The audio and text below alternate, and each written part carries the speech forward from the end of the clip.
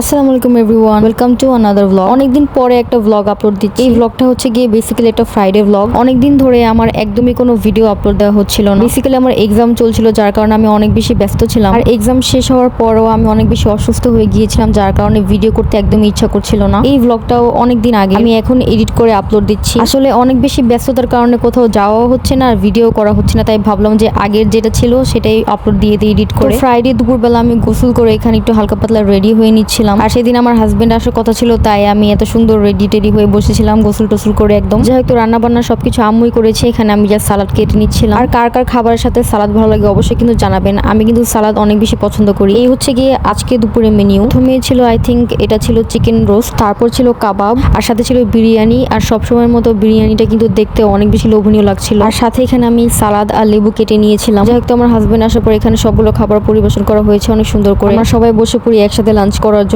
তো আম্মু এখানে সবাইকে সার্ভ করে দিচ্ছিল খাবার।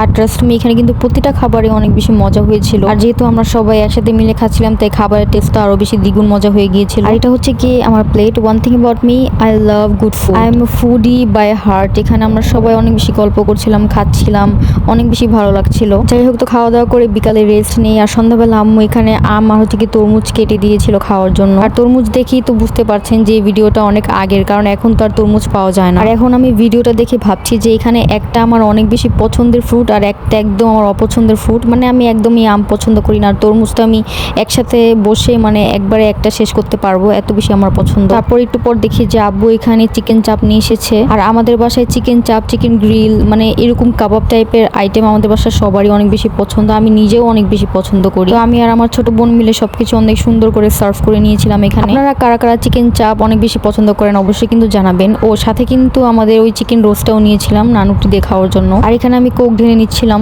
আর আমাদের বাসায় কিন্তু এখন কোকা কোলা একদমই খাওয়া হয় না, মোজোটাই বেশি খাওয়া হয়। আপনারা ট্রাই করবেন যাতে কোকা কোলাটা স্কিপ করা যায়। আই থিঙ্ক বাংলাদেশে অনেক কোকা কোলার অল্টারনেটিভ ড্রিঙ্কস আছে, তো আপনারা ট্রাই করবেন যে সেগুলো খাওয়ার এবং কোকা কোলাটা স্কিপ করার। যাই হোক, তো এখানে আমরা 3 ভাই বোন আর হচ্ছে কি আমার হাজবেন্ড, আমরা একসাথে বসে নাস্তা করছিলাম।